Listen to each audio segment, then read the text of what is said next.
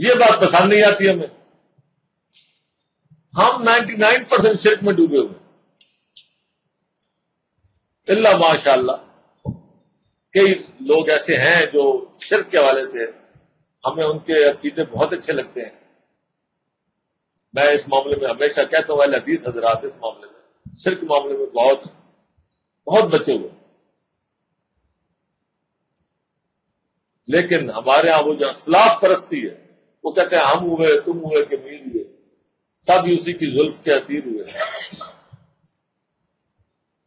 میں کسی دن آپ کو جو مند حضرات کے جو کہ ظاہری طور پہ وہ قبر پرستی کے کتنے خلاف ہیں ان کے میں آپ کو بتاؤں گا. میرے پاس ان کی اپنی لکھی کتابیں ہیں کہ جو مر گئے ان کے بارے میں جو کچھ انہوں نے اپنے اسلاف کے حوالے سے جو رنگ آمیزیاں کی ہیں کہ وہ خواب میں آئے نام لے لے کے خواب میں آئے ہمارے گھر کا جھگڑا تھا وہ خواب میں آئے انہوں نے ہمارا جھگڑا ختم کیا میاں بیوی کا جاتے ہوئے مجھے چادر دے گئے.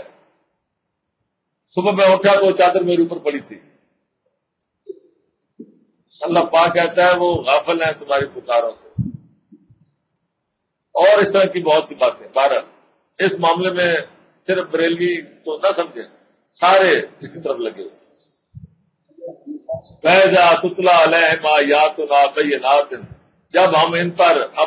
جب ان پر ہماری آیات تلاوت کی جاتی ہیں قَالَ الَّذِينَ كَفَرُوا لِلْحَقِّ لَمَّا جَاءَهُمْ جب یہ حق کیا ہے قرآن جو ان کے پاس آ چکا اس کے بارے میں کیا کہتے ہیں ھذا سحر مبین. یہ تو کیا ہے ایک واضح دھوکہ دینے والی جو جادو ہے. ام یقولون افتراہ کیا ان کا یہ خیال ہے کہ اس نے خود گھڑ لیا خود ہی بنا لیا. کیا یہ ہمارا یعنی شعر کا مطلب یہی ہوتا ہے کہ ایک بندہ خود ایک ایجاد کرتا ہے یا کوئی الفاظ ایسے جو جیسے آپ نے دیکھا ہوگا کہ سر جو جادوگر عام طور پر ڈراموں میں بھی آپ کو دکھاتے ہیں وہ ایک الفاظ بولتے ہیں تو وہ الفاظ اللہ پاک پوچھ رہے ہیں کہ کیا اس نے خود ہی الفاظ گھڑ لی. کل ان کو کہو نفترہ اگر میں نے اس کو خود گھڑ لیا ہے یہ میری اپنی ایجاد ہے یہ الفاظ یہ عبارت اگر میری اپنی گھڑی ہوئی ہے فلا تملکون لی من اللہ شیئا تو تمہیں اس اللہ سے بچانے کے لیے تمہارے پاس کوئی اختیار نہیں. جس کے نام پہ میں دھوکہ دے رہا ہوں بقول تمہارے وہ میری پکڑ کے لیے کافی ہے تم مجھے اس سے بچا نہیں سکتے. هو اعلم بما تفیضون فیہ جو تم اس کے بارے میں جو تم باتیں کرتے ہو قرآن کو اثر کو روکنے کے لیے وہ خوب اچھی طرح جانتا ہے. یہ قرآن کا اثر روکنے قرآن کا اثر ہے. ذرا بات سمجھے یہ آپ بات کیا ہو رہی ہے یہاں شعر کون کہا گیا شعر کہا اس لیے گیا وہ کہتے تھے لا تسمعوا لهذا القرآن قرآن کو مت سنو. قرآن کے اندر کوئی بات تھی وہ کہتے قرآن سنو نہیں اور یہاں اس کی اہمیت کم کرنے کے لیے کہا کہ یہ تو جادو ہے. اس کا مطلب یہ کہ قرآن کا اثر مانتے تھے.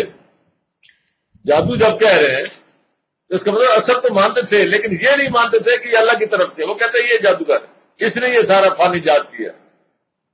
تو در حقیقت قرآن سے دور کرنے کے لیے مختلف طریقے ہیں. ان کے طریقے یہ تھے کہ اس وقت ان لوگوں کے پاس کوئی روایات نہیں تھی پہلی کوئی اور کہانیاں نہیں تھیں. انہوں نے یہ طریقہ اختیار کیا. اب قرآن سے دور کرنے کے مختلف طریقے اب 100 ایجاد ہو چکے ہیں. وہ قرآن سے دور کرنے کے ہزاروں طریقے اب ایجاد ہو گئے. تو اللہ پاک فرماتا ہے وہ اعلم بما تفیضون فیہ اس بارے میں قرآن سے دور رکھنے کے بارے میں جو تم تگ و دو کر رہے ہو وہ بہتر جانتا ہے. کفا بہی شہیدن بینی و بینکم میرے اور تمہارے درمیان وہ بہترین گواہ ہے وہ کافی ہے. فیصلے اس نے کرنے آخر میں قرآن پہ کچھ نہیں جائے گا. قرآن تو ڈھانپو گے تو پھر اندھیروں میں ڈوبو گے. قرآن پہ کچھ نہیں جائے گا، لیکن تمہارا یہ جرم جو ہے اس کا گواہ اللہ پاک ہے، تم نے حساب دینا ایک دن. وہ الغفور الرحیم، اور وہ بہترین بخشنے والا مہربان. کل ما کنت بدعا من الرسل، تم کہو کہ میں کوئی رسولوں میں سے کوئی نیا رسول نہیں ہوں. میں کو خود بدعا کہتے ہیں ایجاد کی نئی چیز، تو میں نے کوئی شروع نہیں کی رسالت، پہلے بھی یہ رسول آئے. بنا رسول ہے، جتنے رسول آئے ہیں میں نے تو اپنی رسالت ایجاد نہیں کر لی. وما ادری ما یفعل بی ولا بکم، یہ قرآن کے ذریعے، اب قرآن کیونکہ آگے آیا ہوا ہے، مجھے نہیں پتا کہ جو میں نے رسالت شروع کی ہے، جو میں آپ کو قرآن دے رہا ہوں، نتیجے کے طور پہ میرے ساتھ کیا ہوگا، تمہارے ساتھ کیا ہوگا. یعنی علم غیب کا مجھے علم نہیں ہے. یہ ایک مشن ہے جس کو لے کے میں چل رہا ہوں. ایک مشن وہ ہے جو تم اس کے خلاف چل رہے ہو. اب اس کا انجام کیا ہوگا یہ مجھے علم نہیں. بھیا ہر رسول کو یہی کہا گیا وما علینا الا البلاغ وما علیک الا البلاغ. رسولوں سے یہی کہا گیا کہ تمہارے ذمہ کیا ہے اس کو ان اتبع الا ما یوحی الی، میں نے تو اس کے مطابق عمل کرنا ہے جو مجھے وحی کیا گیا. میں تو پابند ہوں اس قرآن کا، میں نے وہ عمل کرنا ہے جس کی مجھے وحی ہوئی ہے. وما انا الا نذیر مبین، میں تو تمہیں واضح طور پہ آگاہ کرنے والا ہوں کہ آگے قیامت کے دن کیا ہونا ہے.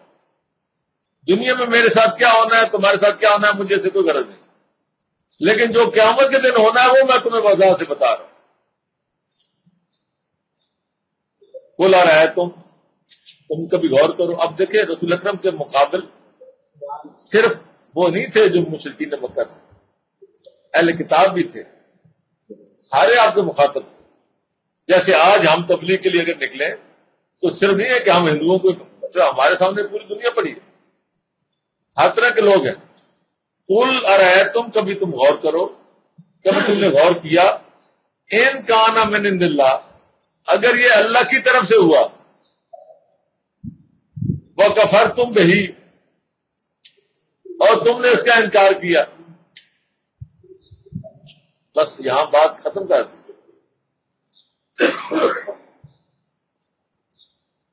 جب یہاں انجام کی بات نہ کی جائے تو اس کا مطلب یہ ہے کہ وہاں بڑی سخت بات ہوتی ہے. یہ بالکل ایسی ہی ہے جیسے ہم کسی کو کہتے ہیں کہ اچھا ہون کر کے دیکھ. ہم کسی کو کہتے ہیں جب دھمکی دینی ہو کسی کو، یہ دھمکی اللہ پاک کی طرف سے کہ تم نے کبھی غور کیا کہ یہ جو تم نے اس قرآن کا مقام اور قرآن پر ایمان اور قرآن کے ساتھ اپنا اعمال، یہ چیزیں اگر تم اس سے مطابق نہیں کرتے، اس سے انکار کرتے ہو، اس سے ہٹتے ہو، اس کی اہمیت کو گھٹاتے ہو، جو بھی کر رہے ہو، جو بھی قرآن کے ساتھ تم کر رہے ہو، درجہ بدرجہ ہر بندہ اپنے اپنے حساب سے، اگر تو یہ ہوا اللہ کی طرف سے اور تم نے کر دیا انکار، تو پھر خود ہی سوچو. وشاہدہ شاہد من بنی اسرائیل علی مثلہ، جبکہ اس سے پہلے بنی اسرائیل میں سے ایک گواہ اس کی گواہی دے چکا. بنی اسرائیل میں سے ایک گواہ اس کی گواہی دے چکا. تو کون ہے؟ ذرا پیچھے آیت دیکھیں. اللہ وما انا الا نذیر، اپنی بات کر رہے ہیں رسول، میں کیا ہوں؟ نذیر مبین، ایک واضح آگاہ کرنے والا، بڑی وضاحت کے ساتھ تمہیں آگاہ کرنے والا. اور اگر جو میں اور میرا پیغام اللہ کی طرف سے اگر ہے اور تم نے اس کا انکار کر دیا، لیکن یہ ساتھ سوچ لو کہ بنی اسرائیل میں سے ایک گواہ